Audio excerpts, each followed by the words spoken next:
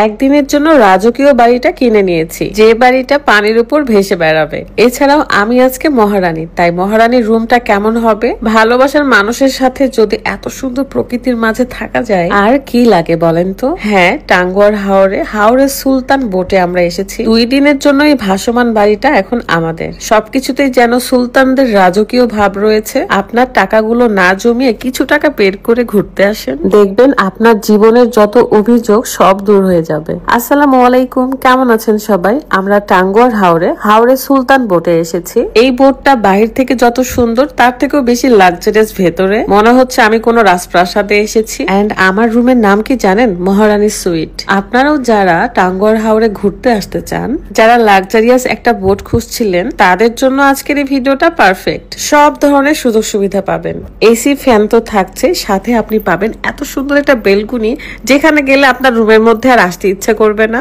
Balcony থেকে আপনি বাহিরের সৌন্দর্যটা খুব ভালোভাবে দেখতে পারবেন। আমার নিজের কাছে মনে হচ্ছে আমি যেন আকাশে উড়ে বেড়াচ্ছি।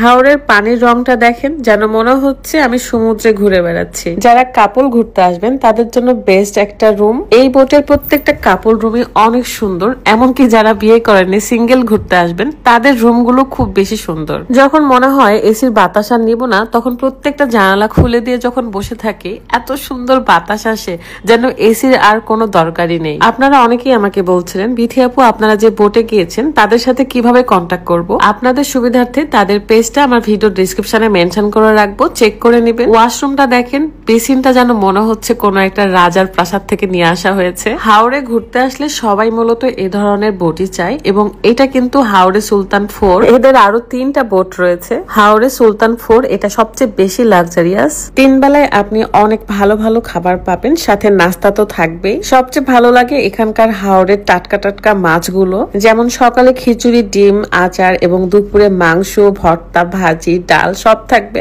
এমনকি আমরা বিরিয়ানিও খেয়েছি। আরো ভালো লাগে 3 বেলায় যখন আপনাকে নাস্তা দিয়ে যায়, নুডলস, পাস্তা, আবার কখনো অন্য ডেজার্ট থাকে। বর্ষাকালেই কিন্তু এটার সিজন। যারা এখনো আসেননি টাঙ্গুয়ার হাওরে, তারা কিন্তু হাওরে সুলতান বোটের সাথে কন্ট্যাক্ট করে চলে আসবেন। খুব বেশি একটা খরচ পড়ে না, সো দেরি করা যাবে না। এখন আপনাদেরকে দেখাবো লবিটা। এখানকার ডেকোরেশন গুলো আমার কাছে খুবই ভালো লেগেছে। আমি তো মাঝে মাঝে এসে বসে থেকে আড্ডা দিচ্ছিলাম।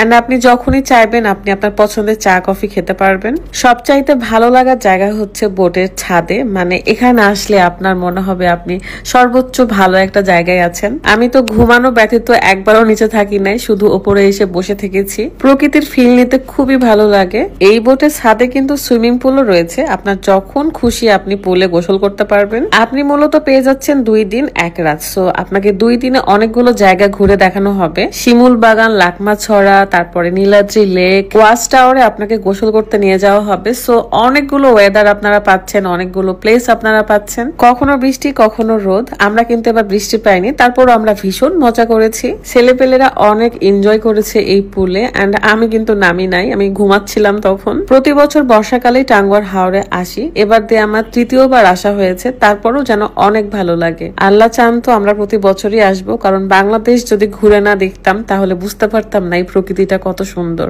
আল্লাহর সৃষ্টি কত সুন্দর, মাশাআল্লাহ। সো এটাই ছিল আমার আজকের এই সুন্দর বোটের সুন্দর ভিডিও। সবাই ভালো থাকবেন, সুস্থ থাকবেন, এন্ড জানিয়ে যাবেন আমাকে কেমন লাগছে। আল্লাহ হাফেজ, আসসালামু আলাইকুম।